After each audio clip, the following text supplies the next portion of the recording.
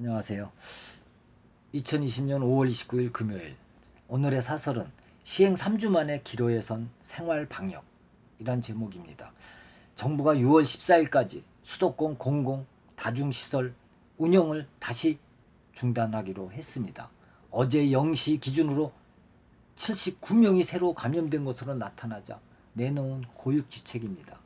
사회적 거리두기에서 생활 방역 체계로 전환하며 방역 당국이 제시한 그 일평균 추가 확진자 50명 미만이라는 기준을 훌쩍 뛰어넘는 수치 아니겠습니까?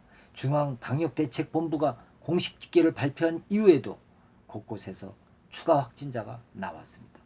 집단 감염이 발생한 쿠팡의 부천물류센터에서는 어제 오전만 해도 13명이 추가 확진됐고 근무자 가족을 포함해 2차 감염도 진행되고 있습니다. 서울 중구의 KB 생명보험 콜센터에서도 26일 이후 7명의 감염자가 나왔고 강서구의 고등학생 학생도 코로나에 걸리는 등 조용한 감염이 빠르게 번지고 있습니다. 결국 방역당국은 2주간 수도권 감염 확산을 막지 못하면 사회적 거리두기로 회귀하겠다고 발표했습니다. 특히 이번 집단 감염의 진앙이 온라인 쇼핑 업체라는 점에서 충격이 큽니다. 시민들은 온라인 쇼핑 덕에 물건 구매를 위한 대면 접촉을 줄이고 사재기할 필요도 느끼지 않아 왔습니다.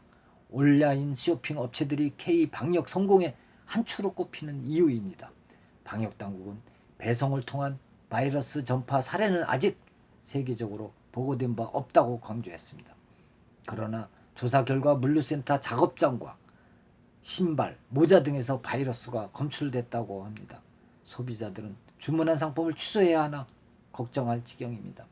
상황이 급변한 내에는 사회 전체적으로 경각심이 느슨해진 탓도 있습니다. 이태원 클럽발 집단 감염이 대표적 사례 아니겠습니까? 이후에도 마스크를 쓰지 않는 사람이 속출했습니다.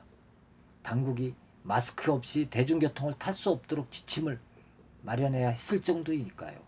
식당과 주점, 사무실 등에서도 해이해진 모습이 쉽게 눈에 띕니다.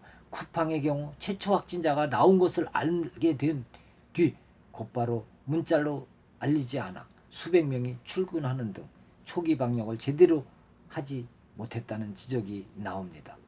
방역당국 역시 책임을 면하기 어렵습니다. 몇 가지 생활방역 수칙만 제시했을 뿐 수칙이 제대로 지켜지는지 점검하는 노력을 게을리했기 때문입니다. 클럽은 물론이거니와 식당, 콜센터, 물류센터 등은 가서 조금만 들러보면 수칙을 지킬 여건이 아니라는 제도적, 환경적 허점을 확인할 수 있었습니다. 하지만 늘 뒷북 대응에 그쳤습니다.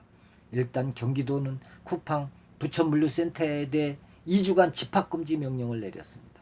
사실상 영업금지 조치 아니겠습니까?